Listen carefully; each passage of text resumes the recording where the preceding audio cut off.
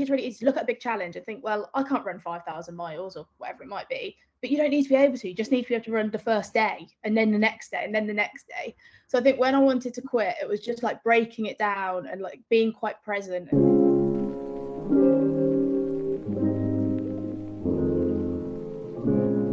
What mental qualities are needed to successfully run 5,000 miles? Yeah, I think in terms of like mental qualities you need to do a really long run, it's kind of easy to say, I guess all the usual ones like mental toughness and stubbornness and drive and that kind of thing. And obviously, I think it goes without saying that you do need those things. But I think for me, the main thing that kind of kept me going was like trying to really cling on to this feeling of like gratitude to even be doing the whole thing. I was so lucky to be on this adventure. And I just tried really hard to like keep reminding myself of that rather than trying to think about the experience really positively as something I was lucky to be doing, even on the inevitable lots of really hard days, rather than to kind of like see it as a chore that I needed to like grit through. And I think that did really help. So it's a bit cheesy, but I used to on a really hard day just come up with like 5 things to be grateful for. Sometimes they were tiny. It'd just be like, oh, I had some good porridge for breakfast, or someone waved at me and said hello.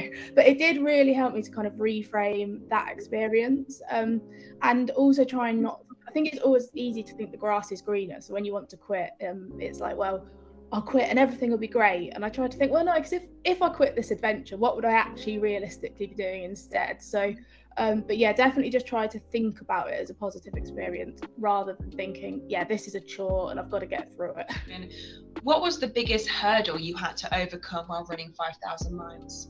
I think there were kind of 2 really. The first one was definitely those feelings of self-doubt. When I set off, I had absolutely no idea what I was doing. I wasn't an experienced ultra runner. I was completely naive about the whole experience. And I was kind of, I think the thing that I found I doubted the most was not necessarily my ability to complete it, but the sort of way I was doing it. I met so many amazing people on the way. Lots of really experienced runners came out to do bits with me. And they were fantastic and they were all very well-meaning, but they kind of bombard me with advice based on their own experiences. And it just got a bit overwhelming sometimes because although they were amazing runners, ultimately they hadn't ever been on a 5,000 mile running adventure. They hadn't done what I was doing. And it definitely took me a while to get into the swing of things and think, no, well, the way I'm doing it is okay. And it's all right to block out everyone. You don't have to take on everyone else's opinion, and to kind of become a bit more confident in the fact that I was doing this thing and I was doing it in the right way. But then I think on the flip side, the other thing that was a bit of a hurdle was I set off with a tent on my back. I thought I'd be camping the whole way, but I ended up staying with more than 200 complete strangers in the end. So people like friends of friends, people from local running clubs, lots of people from social media, and it became this like real community, and it was amazing. But I think at the beginning I really struggled with letting people help. So I think as much as it's fine to think, right, I'm doing it my own way and I don't need everyone else's opinion, actually letting people in is really helpful. And I think I just felt like I was a bit of a burden, but people only offer to help you if they want to help you. So I think like letting other people into your thing, even if on paper it's a solo adventure, a solo challenge, whatever it might be, people want to help you and they're so there for you, and letting people in can really like help your experience. So I guess those 2 are a little bit contradictory, but they were definitely my biggest hurdles that once I overcome them, the whole thing became a lot easier. As an adventurer, what keeps you motivated when you want to quit? So I think the main thing so before thinking about what keeps me motivated when I want to quit, I tried to think about what was the main reason I wanted to quit. And I think for me, whether it was doing that adventure or any kind of big challenges like this, it's that feeling of never-endingness for me, and it becomes so overwhelming and you stop being able to think, can I do like this day, this mile, because you're just so worried about everything that's to come in the future. And I think that like we often really want like instant gratification, and when you're doing a really long project, that could be like a big business project, a big adventure, writing a book, could be anything, you don't get that. Like it takes a long time for that gratification to come, but you have to stick with it to get to those rewarding longer term goals. So I think to overcome that, I tried to remember that it doesn't actually matter if it feels impossible right now. I listened to a really interesting podcast a while ago, and somebody was talking about their journey to sobriety, so a little bit different.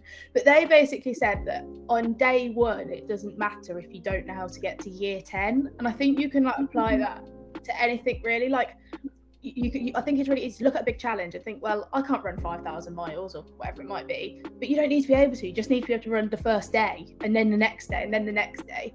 So I think when I wanted to quit, it was just like breaking it down and like being quite present and thinking, stopping worrying about the next 8 months to come and just thinking, can I run this mile? Can I run this day? Can I do this week? And I think the answer to that question is normally yes. And you just have to try and block out the rest of it, because that's the thing that makes it feel impossible, I think.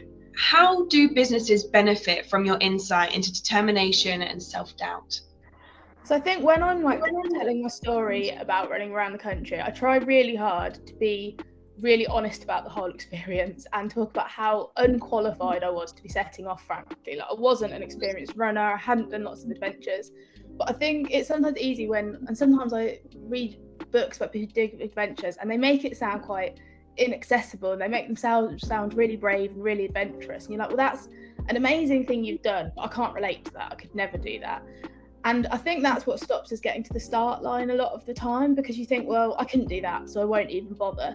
So I think what I really try and get across to businesses is that, yeah, it doesn't matter how unqualified you are right now. It doesn't matter how out of your depth you feel. You can still have a go at that big thing. And I think it's through being really honest to how I tell my story, I try and get that across. And I hope that that will kind of inspire people to reach a bit further and achieve their potential, whether that's personally or professionally.